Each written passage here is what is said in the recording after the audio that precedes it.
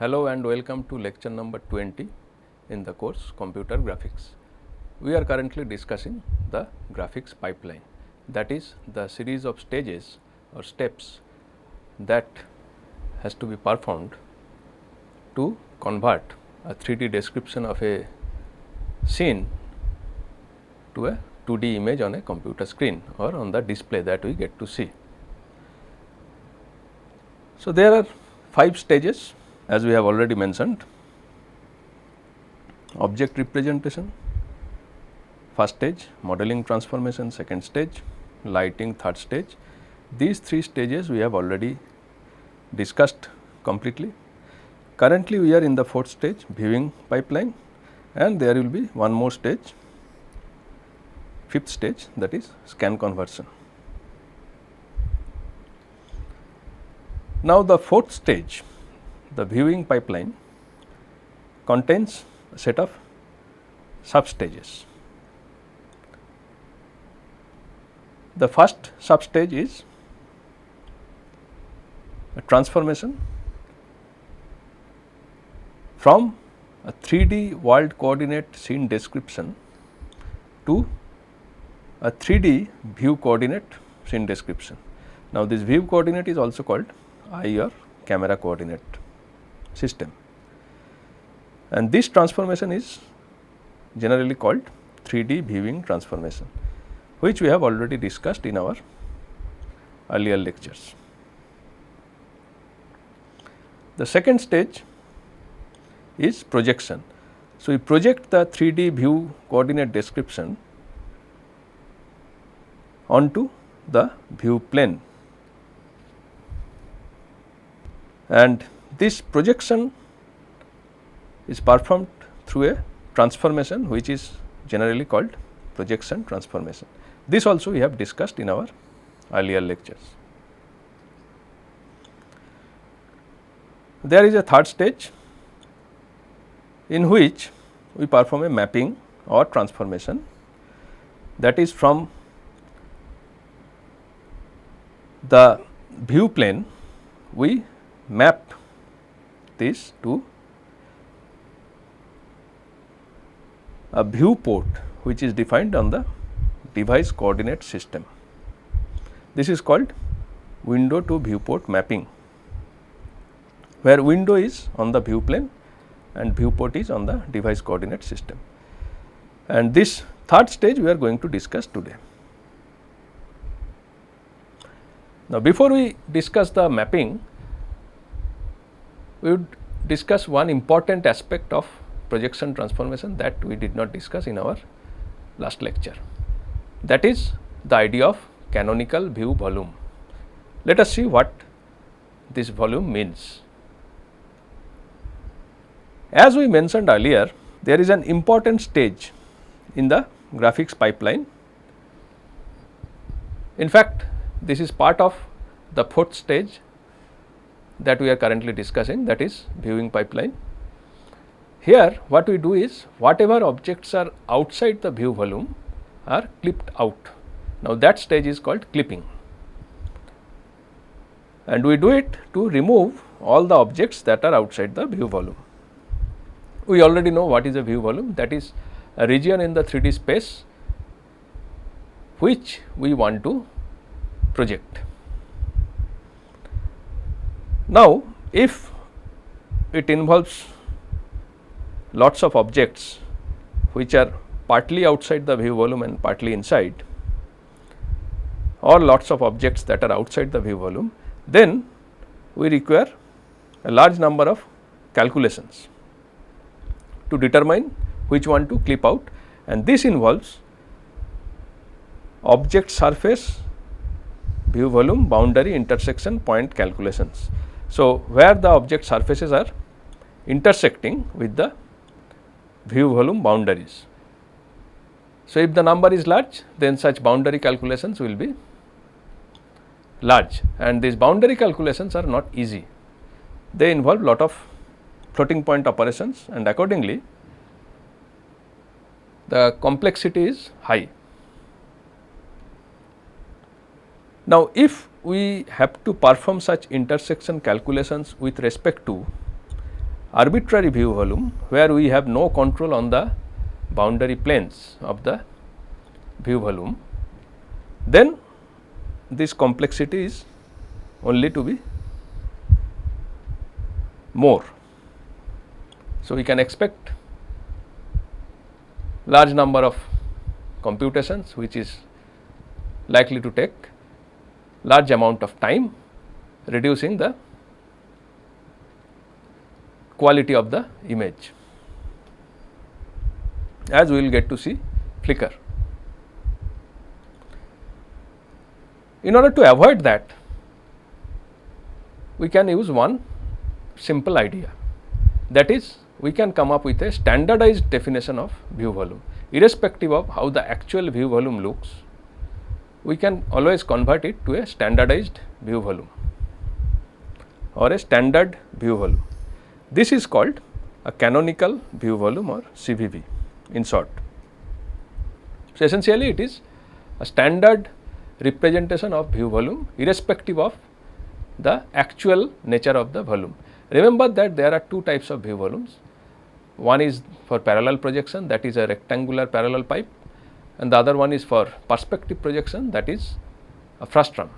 Now, both these can be converted to a standard form which we call canonical view volume, which makes the intersection calculations standard and easier to implement. So, for both parallel and perspective projection, the standardized view volume looks the same. However, the way to arrive at the standardized or canonical view volume for both the projections, for the two types of projections, are different. So, let us start with the parallel projection. So, for parallel projection, the canonical view volume that we define is a cube within a specified range, which is -1 to 1 along all the three axes x, y and z. And as I already mentioned, any arbitrary view volume can be transformed to the CVV simply by the scaling operation. So, suppose this is an arbitrary view volume defined in terms of its bounding planes, 6 planes. So, we can always map it by scaling within this range along the x, y, z direction, and correspondingly we get the canonical view volume.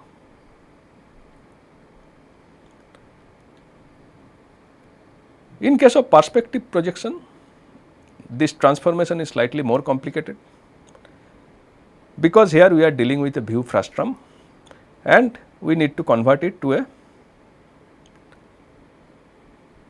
canonical view volume for parallel projection, that is the rectangular parallel piped, where the x, y and z extents of the bounding planes are within a specified range. So, what we can do here?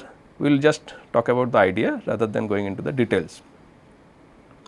We can convert this arbitrary view frustum to the canonical view volume here by applying shearing and scaling in sequence. As we can guess from the figures that shearing is required to change the shape and scaling is required to change the size. So, when we apply these two transformations on the original view frustum, we get the canonical view volume. Of course, here we will not go into any further details than this basic idea. So, what we have learned, that we define a view volume and this view volume we transform to a canonical view volume, so that in later stages when we perform clipping, the calculations are easier to implement, because we are dealing with a standardized definition of view volume. Let us revisit the sequence of transformations that we perform to project a point P in the world coordinate scene to a point on the view plane. Now, we mentioned that this is akin to taking a photograph, that is, we transfer it to view coordinate system, then take a projection. However, earlier we mentioned these two steps, now one third step is added. So, first we transform the world coordinate point on the view coordinate system, as we have discussed in earlier lecture. And the next step is not projection. Instead, what we do is, in this view coordinate description, we define a view volume, and this view volume is transformed to a canonical view volume, and accordingly the point is also transformed by applying the same set of transformations. So, the next stage is to transform the point in the view volume to a point in the canonical view volume. Then the final stage is to perform the projection transformation, that is, project the point in the canonical view volume on the view plane.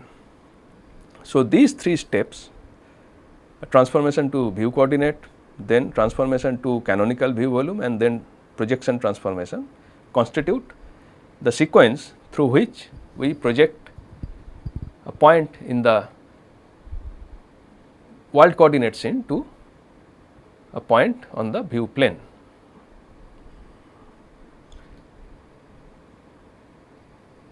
Mathematically, or in matrix notation that we are following, we can write this series of steps as shown here in this expression, where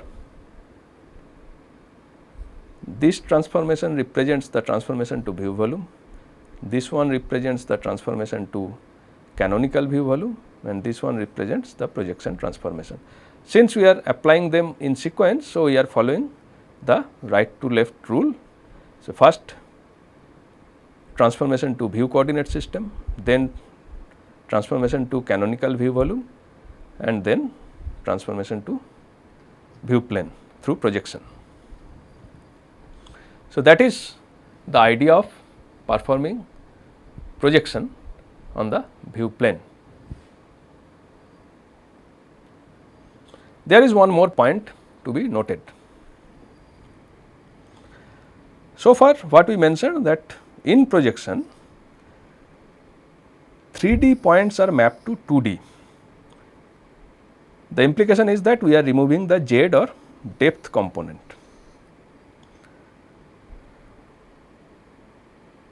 However, it may be noted here at this point that while we implement the pipeline, this depth component is actually not removed. And why that is so? One operation that we perform in this fourth stage is called hidden surface removal. We will talk about this operation in details in a later lecture. The point to be noted here is that this operation requires depth information. So, the depth information after projection is actually not removed. Instead, this original depth information is stored in a separate storage, which is called the z buffer or the depth buffer.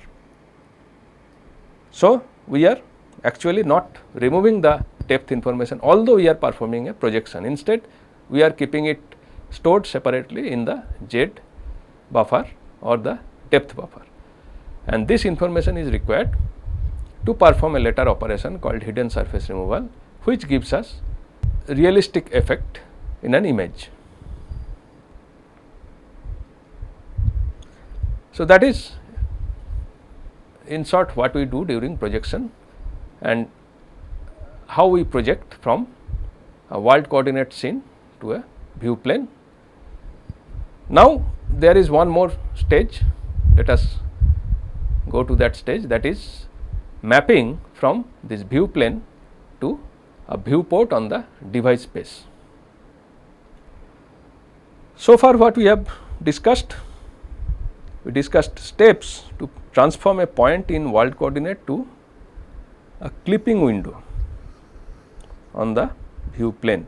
That means, a region on the view plane on which we are projecting the objects that are part of the view volume. Now, also we have shown that this is typically the near plane of the canonical view volume. So, this is our window or clipping window. We can assume that for simplicity that the window is at 0 depth or z equal to 0, that is just for simplicity, although in general that is not an absolute requirement. It may also be noted that we are talking of canonical view volume, that is x and y extents must be within a fixed range irrespective of their actual position in the world coordinate scene. And because of this reason, where we are restricting everything within a fixed range, these canonical view volumes are standardized, and the clipping window that is defined on the near plane of the canonical view volume is often called a normalized window. So, here we are dealing with a normalized window where the extent of values are to be within a predefined range. Now, this view plane is actually an abstract concept. So, accordingly the clipping window is also an abstract and intermediate concept. We cannot see it. What we get to see on the screen is something different. The points that are there on the clipping window are to be shown on the screen, but the scene that is there in the window need not occupy the whole screen. For example, here suppose this outer rectangle define a whole scene, out of which we have projected this part defined within the clipping window. Now, this part can be displayed on any region of the screen and can be in any size. Now, the region on which this part is displayed on the screen is called the viewport. So, we have two concepts here, window which is same as the clipping window, which is normalized, and the objects are projected on this window, and we have the other concept viewport, which is defined in the device space with respect to the screen origin and dimension. So, this viewport refers to a region on the device space where this projected image needs to be shown. Now, this region can be at any location on the space, device space, and can be of any size irrespective of the size of the clipping window. So, what we need? We need to map from this window to the viewport. So, it requires one more transformation to transfer the points from the window to the viewport. So, let us see how we can perform this transformation. So, what we want, suppose this is our window and this is our viewport. Note that here we are not using this normalized range, we are formulating the problem in a very generic sense where this Wx and Wy can take any value. So, Wx, Wy is a point on the window and we want to map it to a point on the viewport Vx Vy. So, how we can do that?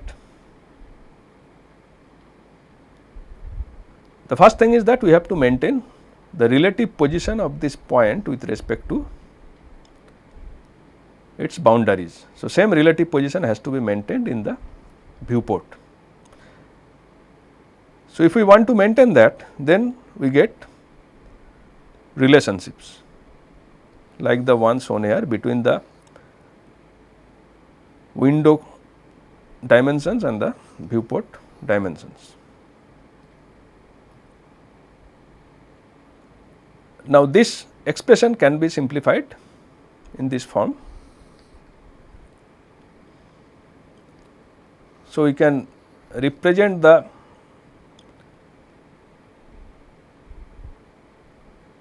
x coordinate of the point in the viewport in terms of the x coordinate of the point in window and these two constants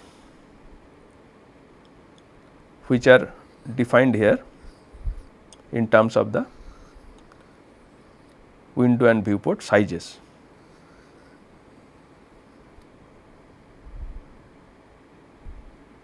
Similar relationship we can form between the y coordinate of the point in the viewport and the y coordinate of the same point in the window by again forming the relationships first between the y coordinates and then simplifying and rearranging to get this relationship where V y is the y coordinate of the point in the viewport, W y is the y coordinate of the point in the window and these two are constants defined here in terms of again the window and viewport sizes.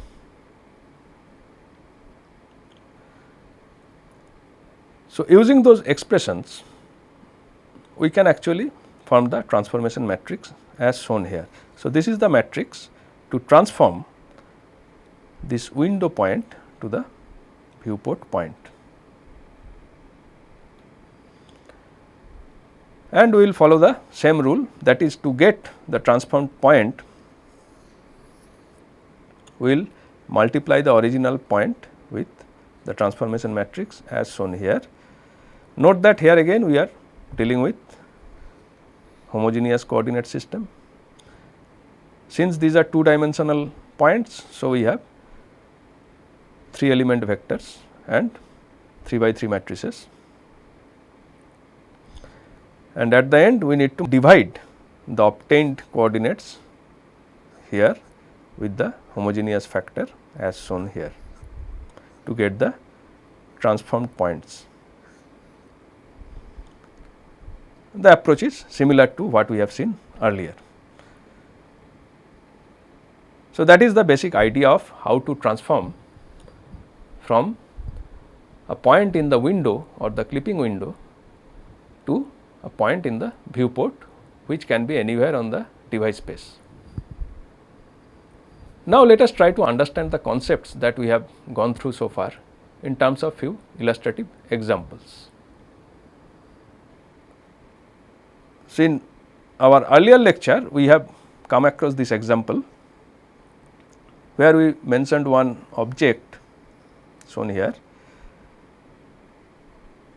and a camera position, view of direction, everything has been mentioned, and we computed the transformed center point of the object in the view coordinate system. So, we will not go into the details of how we calculated that again. Let us just mention the transformed point, that is 0 0 minus 1, that we got after applying this viewing transformation. Now, let us assume that the view plane is located at z equal to minus 0.5 and we want parallel projection. So, what would be the coordinate of the object center after the projection, assuming that the view volume is sufficiently large to encompass the whole transformed object. So, our parallel projection transformation matrix is given here and we know D is 0.5. So, this is our parallel projection matrix. So, if we use this matrix and perform the matrix multiplication here,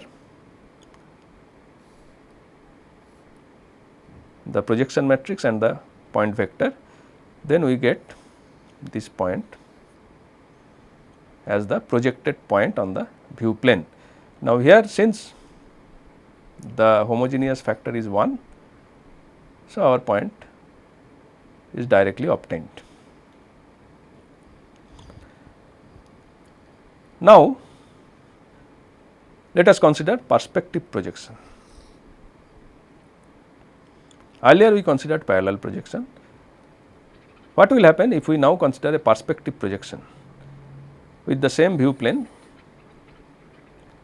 So, what would be the new point after projection? So, the transformation matrix for perspective projection is shown here. We know the value of D. Replacing D in this, we get our projection matrix, and with this matrix what we do? We multiply it with the point vector as before, as shown here. So, after multiplication we get this transformed point in homogeneous coordinate system. Now, note here that the homogeneous factor is not 1. Earlier I mentioned that in projection, particularly perspective projection, we get homogeneous factors that are not 1. So, there we need to be careful in concluding the final transformed point. We have to divide whatever we got with the homogeneous factor. So, after division we will get this point, or this is the final point that we get after perspective projection applied on the central point.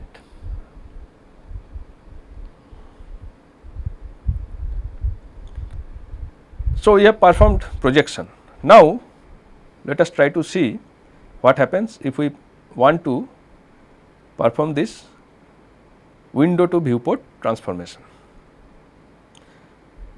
Now, let us assume that we projected the point on a normalized clipping window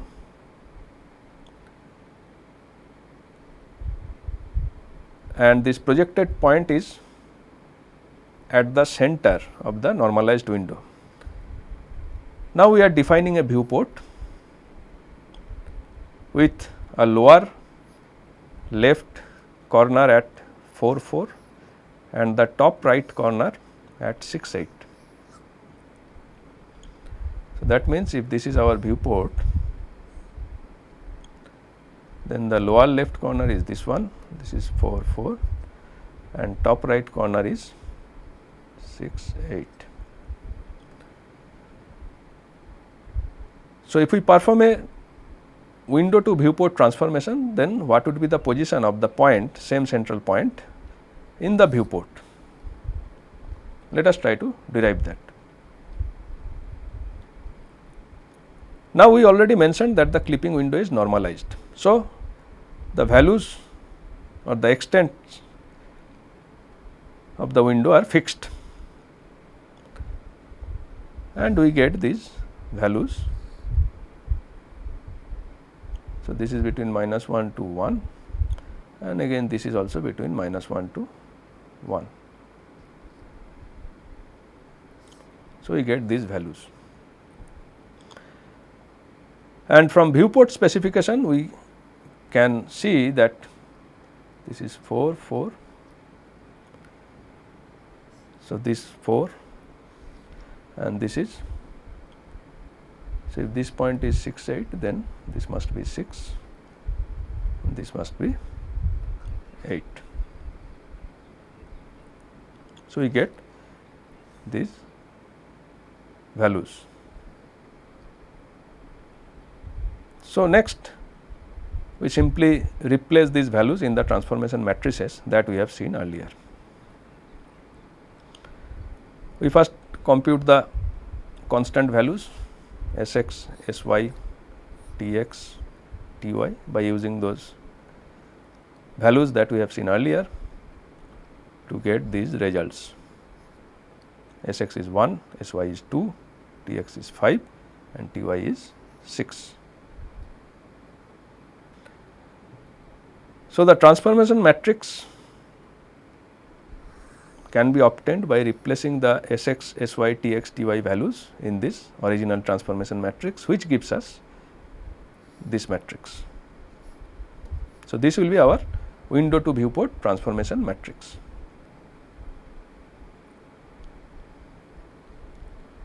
Now, once we obtain the transformation matrix,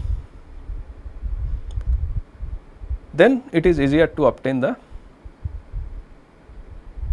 transformed point in the viewport by multiplying the transformation matrix with the point vector to obtain the transformed point in homogeneous coordinate. Now, here again the coordinate factor is not 1. So, we have to divide these values with the homogeneous factor as shown here and here, which eventually gives us the point 5 6. So, this will be our transformed point after we apply window to viewport transformation. So, this is how we get a transformed point in the viewport. Now, in this example you probably have noted that we have defined viewport irrespective of the window description. We can define it anywhere in the device space. What we need is basically a transformation. Also, you probably have noted that the viewport size has nothing to do with the window size. Window is normalized, whereas the viewport is not normalized. So, we can define any size by specifying its coordinate extents, and through mapping we get the transformed point. So, this gives us flexibility of placing the projected image anywhere on the screen with any size. So, in summary, what we have discussed so far are 3 substages of the viewing pipeline stage. So, these 3 substages are view transformation, projection transformation and viewport transformation. Just to recap, so these 3 substages are used to simulate the effect of taking a photograph. So, when we take a photograph, we look at the scene through mechanism provided in the camera. So, that we mimic by performing the viewing transformation. We transform the world coordinate scene to a 3D view coordinate system, which is actually equivalent to watching the scene through the viewing mechanism of the camera. Then we take a photo, that means we project it on the view plane, that is done through projection transformation, and finally we display it on the screen, which is of course not part of the photograph analogy, but we do it in computer graphics. So, that stage is mimicked with the use of window to viewport transformation.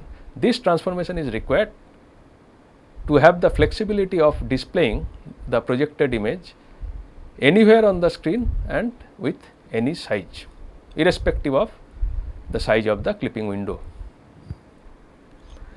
In the fourth stage, apart from these three substages which are related to three types of transformations, there are two more operations that are done. We already mentioned it in this lecture. One is clipping, one is hidden surface removal. So, these two operations we will discuss in our subsequent lectures. Whatever I have discussed today can be found from this book, Computer Graphics. You can go through chapter 6, the sections 6.2.3 and 6.3. This section is on the topic of canonical view volume, and this section discusses in details the window to viewport transformation. That is all for today. Thank you and goodbye.